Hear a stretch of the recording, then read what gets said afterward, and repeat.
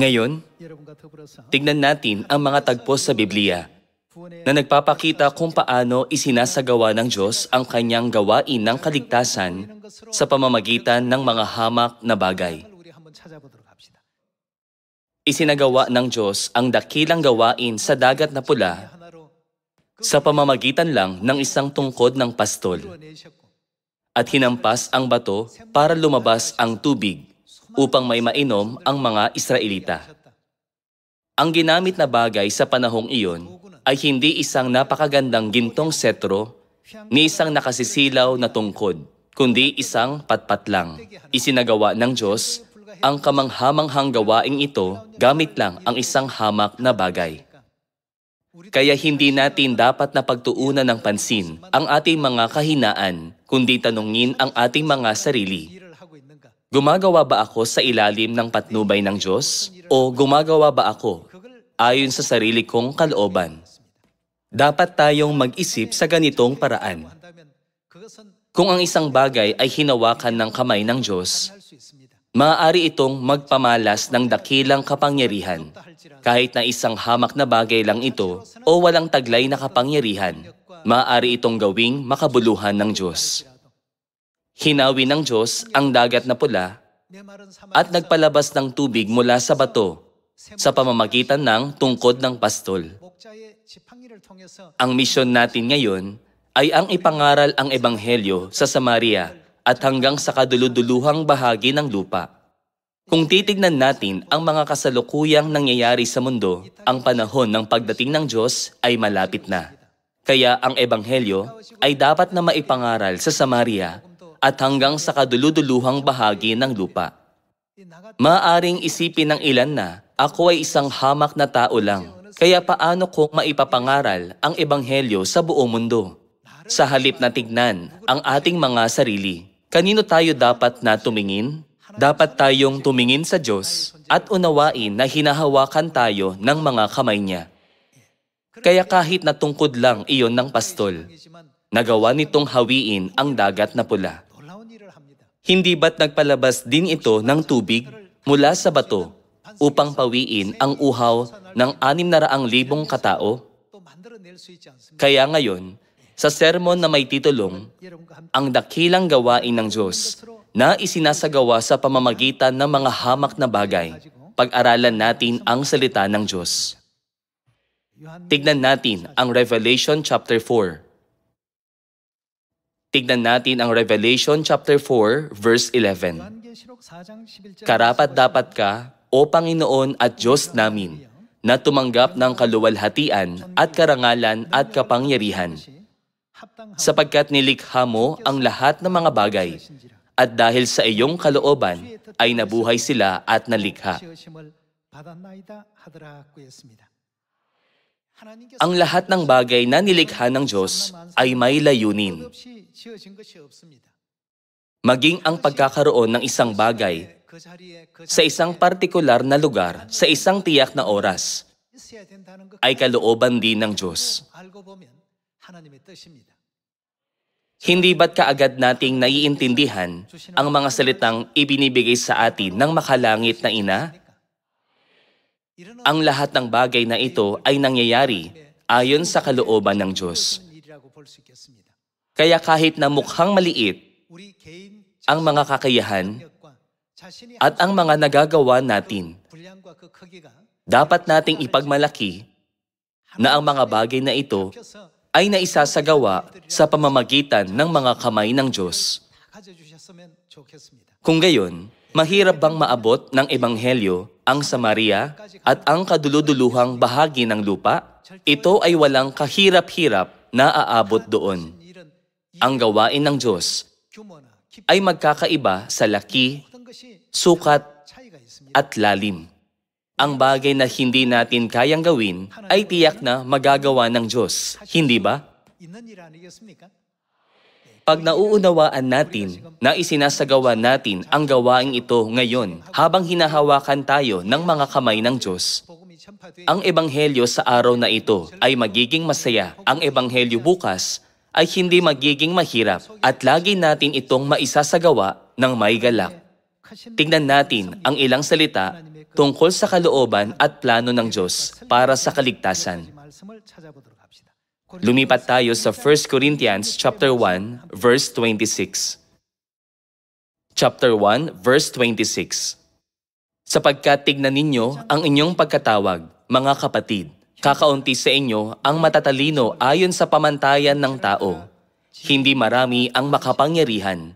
Hindi marami ang isinilang na marangal, kundi pinili ng Diyos ang mga bagay na kahangalan sa sanlibutan upang kanyang hiyain ang matatalino. Pinili ng Diyos ang mga bagay na mahihina sa sanlibutan upang kanyang hiyain ang malalakas. Pinili ng Diyos ang mga bagay na mababa at hinahamak sa sanlibutan, maging ang mga bagay na walang halaga upang pawalang saysay ang mga bagay na mahahalaga, upang walang sino man ang magmalaki sa harapan ng Diyos.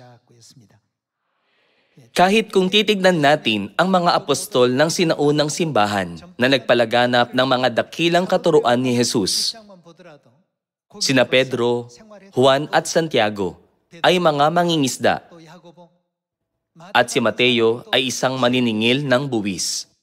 Ngayon, tinuturing ang maniningil ng buwis bilang isang kagalang-galang na propesyon.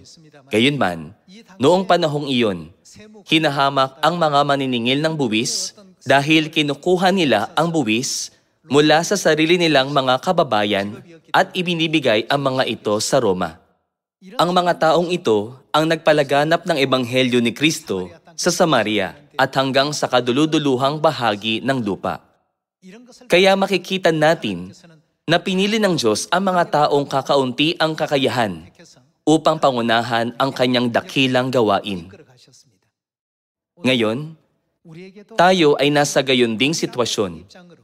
Nagkukulang tayo sa mga pamantayan na pinahahalagahan ng tao. Kahit na nagkukulang tayo, iniibig natin ang Diyos.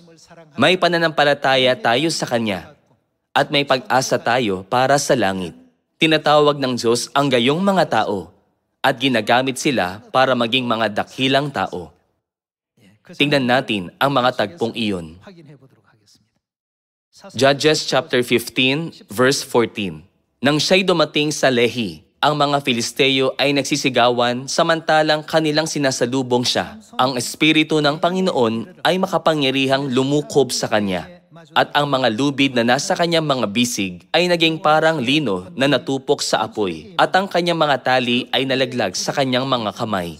Siya'y nakakita ng isang sariwang panga ng asno, at iniunat ang kanyang kamay at dinampot iyon, at ginamit sa pagpatay sa 1,000 lalaki. At sinabi ni Samson, sa pamamagitan ng panga ng isang asno ay nagkabuntun-buntun. Sa pamamagitan ng panga ng isang asno ay pumatay ako ng 1,000 lalaki. Pagkatapos niyang makapagsalita ay kanyang inihagis ang panga na nasa kanyang kamay, at ang dakong iyon ay tinawag na Ramat Lehi. Sa panahong iyon, hindi nagkakasundo ang mga Israelita at ang mga Filisteo. At ito ay nagpatuloy sa loob ng maraming henerasyon. Mag-isang napatay ni Samson ang 1,000 Filisteo nang walang maayos na tabak o sibat.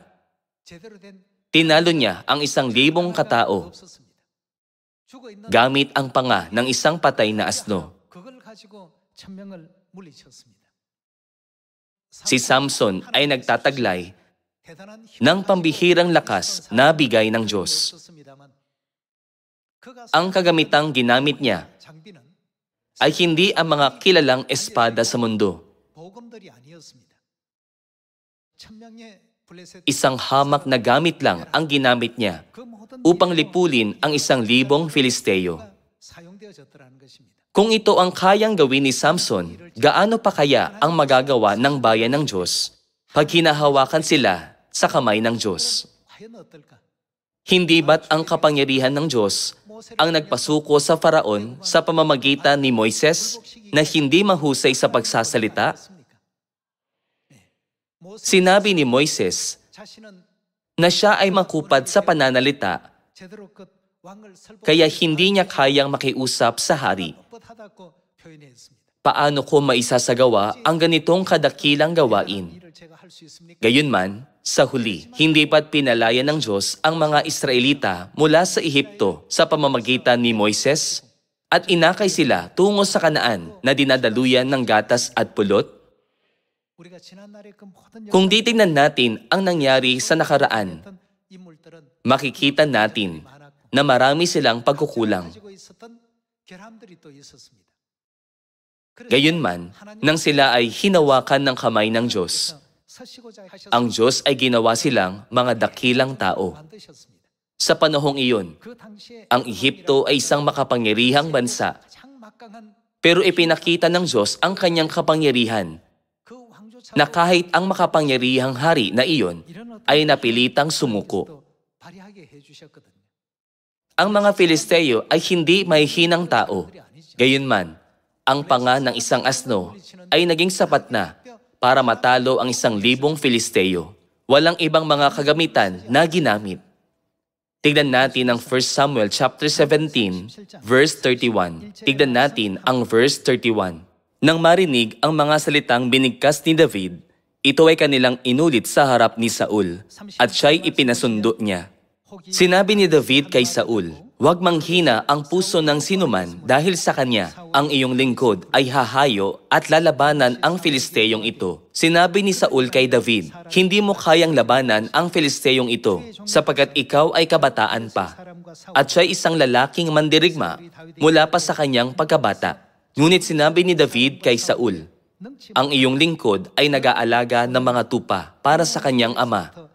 Kapag may dumating na leon o kaya'y oso at kinukuha ang isang kordero sa kawan, ay hinahabol ko siya at aking pinapatay. At aking inililigtas ang kordero mula sa kanyang bibig. Kapag dinaluhong ako, ay aking hinahawakan sa panga, aking sinasaktan at pinapatay. Nakapatay ang iyong lingkod ng mga leon at mga oso. At ang Filisteyong ito na hindi tuli ay magiging isa sa kanila. Yamang kanyang hinahamon ang mga hukbo ng Diyos na buhay." Sinabi ni David, "Ang Panginoon na nagligtas sa akin sa mga kuko ng leon at ng oso, ay siyang magliligtas sa akin sa kamay ng Filisteyong ito." At sinabi ni Saul kay David, "Humayo ka at samahan ka ng Panginoon." Ang tagpong ito, na alam na natin, ay kung saan pinili ni Haring Saul si David para lumaban sa digmaan sa ngalan ng Israel.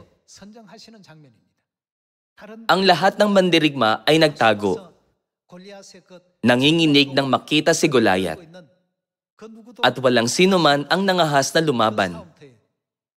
Pero ang batang si David ay nagpahayag na siya ang makikipaglaban at tatalo kay Goliath. Kung titignan natin ang kakulangan niya sa karanasan sa labanan, maliwanag na hindi mananalo si David. Gayunman, hindi ba't si David ay hinawakan ng kamay ng Diyos? Gaya ng lubos na nalalaman natin, hindi ba't ito ang dahilan kung bakit napaluhod si Goliath sa harapan ni David? Kung titignan natin ito, makikita na tinatawag ng Diyos ang kanyang bayan na tila maliit at hamak upang isagawa ang mga dakilang gawain na lampas sa sarili nilang kakayanan. Saan man tayo magtungo, dapat tayo maging mga taong hawak ng Diyos. Sa gayon, tayo ay magiging mga makapangyarihang mandirigma gaya ni Samson, na kayang talunin ang 1,000 katao gamit lang ang panga ng isang asno. Pinabagsak ng batang si David si Goliath, na kinatatakutan ng lahat, gamit lang ang isang tirador. Dapat lagi nating isaalang-alang kung sino ang nasa likod ng lahat ng gawaing ito. Sa halip na piliin ang malalakas, ang matatalino, o ang mayayaman, isinagawa ng Diyos ang mga dakilang gawain sa pamamagitan ng mga taong umiibig sa Diyos, umaasa sa langit, at nagpapanatili ng pananampalataya sa Kanyang salita sa kabila ng kanilang mga pagkukulang sa maraming bagay. Sinabi ng Diyos na ang Ebanghelyo ay maipapangaral sa Samaria at hanggang sa kaduluduluhang bahagi ng lupa.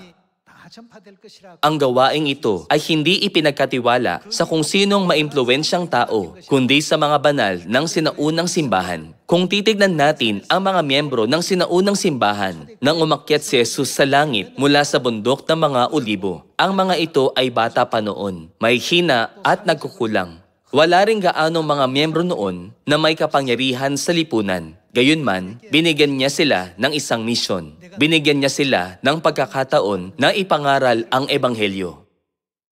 Para sa Diyos, ito ay wala lang. Pero ibinigay sa atin ng Diyos ang mahalagang pagkakataong ito para tayo ay pagpalain at upang matanggap natin ang kapatawaran ng mga kasalanan.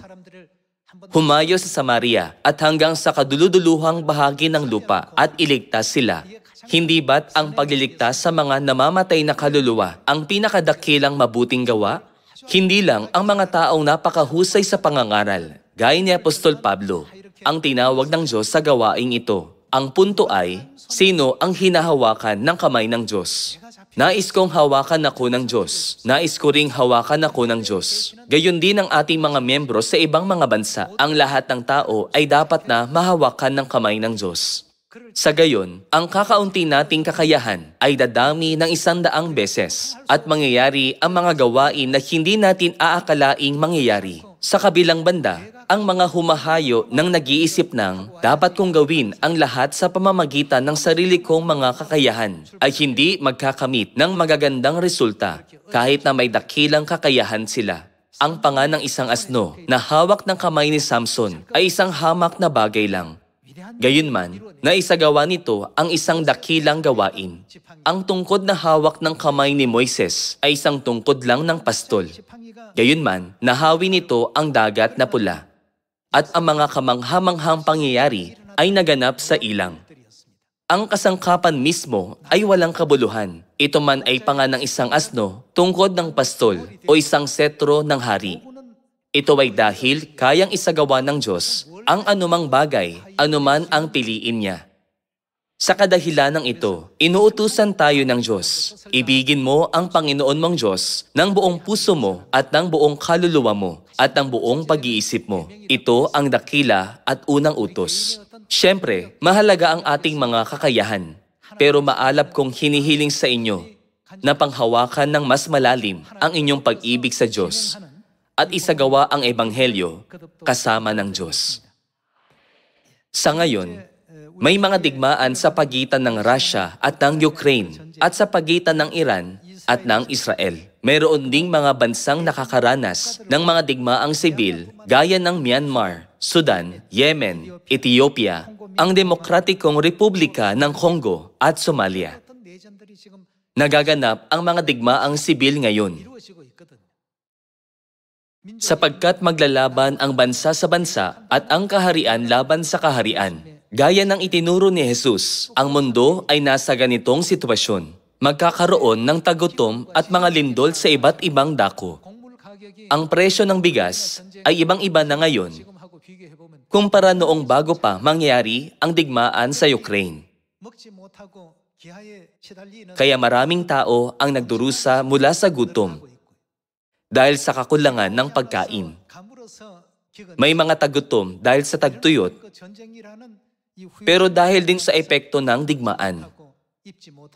Maraming tao ang hindi makakain ni makapagbihis ng maayos, at mayroon ding iba't ibang mga karamdaman. May maraming sitwasyon na mas malala pa kaysa sa COVID-19. Kaya mauunawaan natin na ang panahong ito ay nangangailangan ng tulong ni na Ama at Ina. Hindi ba't ito ang propetikal na panahon kung kailan dapat nating ipaalam sa lahat ng tao ang katotohanan ng Paskwa ng Bagong Tipan para maligtas sila mula sa lahat ng kapahamakan? Tignan natin ang Exodus chapter 12. Exodus chapter 12, verse 11. Sa ganitong paraan ninyo kakainin ito. May bigkis ang inyong baywang, ang mga sandalyas ay nakasuot sa inyong mga paa, at ang inyong tungkod ay nasa inyong kamay. At dali-dali ninyong kakainin ito. Ito ang Paskwa ng Panginoon, sapagkat ako'y dadaan sa lupain ng Ehipto sa gabing iyon. At aking pupuksain ang lahat ng mga panganay sa lupain ng Ehipto, maging tao man at hayop. At ilalapat ko ang hatol laban sa lahat ng mga Diyos ng Ehipto. Ako ang Panginoon. Ang dugo ay magiging sa inyo'y isang tanda sa mga bahay na inyong kinaroroonan. Kapag aking nakita ang dugo, lalampasan ko kayo. At walang salot na papatay sa inyo kapag pinuksa ko ang lupain ng Ehipto. Ang araw na ito'y magiging sa inyo'y isang alaala at inyong ipagdiriwang bilang pista sa Panginoon. Sa buong panahon ng inyong mga salinlahi ay inyong ipagdiriwang bilang isang tuntunin magpakailanman. Pag ipinapangaral natin ang mga salita ng Diyos sa mga tao, nagtatanong sila, kung kakain ako ng isang piraso ng tinapay at iinom ng isang kopa ng alak, lalampasan ba talaga ako ng sakuna? Kung ganitong tao ang kakain nito, ito ay magiging walang kabuluhan. Ang mga bagay na ginagawa ng walang pananampalataya ay mga makamundong gawa lang at hindi naglalaman ng mga pangako ng Diyos. Ang mga Ehipsyo ay ganito rin ang mga naisip. Nakikitang naglalagay ang mga Israelita ng dugo ng mga kordero sa mga haligi ng pintuan. Nagtanong sila, bakit nila ginagawa iyon? Sinasabi nila na kung gagawin nyo iyon, lalampasan kayo ng sakuna. Sa ganitong paraan, hinamak nila ang mga Israelita. Lalampasan nga ba sila ng sakuna sa paggawa ng mga ganoong bagay? Pagkatapos, dumating ang ika-14 na araw ng Nisan, ang gabi ng Paskwa. Sa gitna ng katahimikan, naganap ang magkaibang pangyayari sa lupain ng Gosen kung saan nanirahan ang mga Israelita at sa mga kapatagan kung saan nanirahan ang mga Ehipsyo. Sa lugar kung saan nanirahan ang mga Israelita, wala ni isang hayop ang nasaktan. Gayunman, ano ang nangyari sa buong Ehipto? Mula sa panganay ng mga lingkod hanggang sa panganay ng Faraon, walang pagtanging pinatay ang lahat ng panganay. May paghamak nilang sinabi, ano ba ang kaibahan kung hindi namin ito gagawin? Dahil para sa kanila, ang tuntunin ng Paskwa ay mukhang hindi mahalaga. Gayunman, nagpamalas ito ng dakilang kapangyarihan sa mga Israelita, gaya ng ipinangako ng Diyos. Mga kapatid, maraming tao ang nakatingin sa mga bagay na ginagawa natin at napapaisip, mababago ba talaga ang mundo dahil lang sa ginagawa nila ang mga ganoong bagay? Pero sino ang tunay na nagsasagawa ng mga bagay na ito? Tinawag tayo para makibahagi sa gawain na isinasagawa ng Diyos, naglilingkod bilang mga kamanggagawa. Pag ipinapangaral natin ang tungkol sa Paskwa, Sabat, makalangit na Ina, at makalangit na Ama, hindi ba't ipinapangaral natin ang mensahe ng Ebanghelyo sa mundo? Sinasabing, manumbalik kayo sa Diyos, manumbalik kayo sa Diyos, at maliligtas kayo at ang inyong sambahayan, at magtatamasa kayo ng walang hanggang kaligayahan at mga pagpapala sa langit. Ito ang mensaheng ipinapangaral natin ngayon. Hindi lang natin dapat na sabihin, dahil Sabado ang araw ng Sabat, dapat nating ipangilin ito. Sa halip, sa pamamagitan ng pangingilin nito, dapat nating silang akayin pabalik sa Diyos para lumago ang kanilang pananampalataya at puso at akayin sila tungo sa kaharian ng langit. Nagtaka ang mga Ehipsyo. Bakit nila pinapahiran ng dugo ng kordero ang mga haligi ng pintuan? Kahit na mali ang iniisip nila, lalampas ba talaga ang salot dahil lang sa ginawa nila iyon? Ginawa pa rin ng Diyos ang kanyang ipinangako. Hindi ba't ang gawaing iyon ng pananampalataya na tila walang kabuluhan sa kanilang paningin ay nagdulot ng magkaibang resulta? Para sa mga Israelita, ibinigay ng Diyos ang Paskwa bilang isang araw ng masayang paglaya. Samantalang para sa mga Ehipsyo, ito ay isang araw ng paglipol ng lahat ng kanilang panganay, hindi ba? Kahit na mukhang hamak lang ang isang tao, sinabi ng Diyos na ang sino mang tumanggap sa isa sa mga ganitong maliliit na bata o ang sino mang magbigay sa mga ito ng kahit isang basong tubig na malamig ay ginawa nyo para kanino? Sinabi niya, ginawa nyo ito para sa akin. Sa katotohanan, walang sino man ang hindi mahalaga. Kayong lahat ay kahanga-hanga. Hindi natin alam kung sino ang pipiliin ng Diyos at kung paano niya sila gagamitin. Hindi ba't isinasagawa natin ang ebanghelyo na pinangungunahan ng kamay ng Diyos ayon sa kalooban ni na Ama at Ina? Kaya ang ebanghelyong ito ay tiyak na magtatagumpay. Hanggang saan maipapangaral ang ebanghelyo? Sinabi ng Diyos na ito ay maipapangaral sa Samaria at hanggang sa kaduluduluhang bahagi ng lupa. Hindi ba't may propesiya na darating si Ama sa lupa at magbubukas ng daan para makabalik tayong lahat sa langit? Isang dakilang gawain ang isinasagawa ng Diyos. Kung tayo ay nasa kamay ng Diyos, dapat nating hilingin, Ama, hayaang ipangaral ko rin ang salita. Pakiusap, hayaan akong masikap na pag-aralan ang salita ng Diyos. Pakiusap, hayaan akong suportahan ang aming mga miyembro at pasiglahin ang ebanghelyo ng bagong tipan sa pamamagitan ng taimtim na panalangin. Wala akong alam at nagkukulang ako. Ako ay hindi hihigit sa panga ng isang asno, pero nais kong mahawakan ako ng iyong mga kamay. Para sa ebanghelyo, pakiusap, gamitin ako kahit saan, ayon sa iyong kalooban. Kung minsan ay tulad ako ni Samson, minsan ay ni Solomon, minsan ay ni Josue, minsan ay ni Pablo, at kung minsan ay ni Pedro, nasaan man ako, anuman ang papel ko, anuman ang tungkulin ko, nais ko laging manatili sa Diyos. Nais kong tumayo sa panig mo.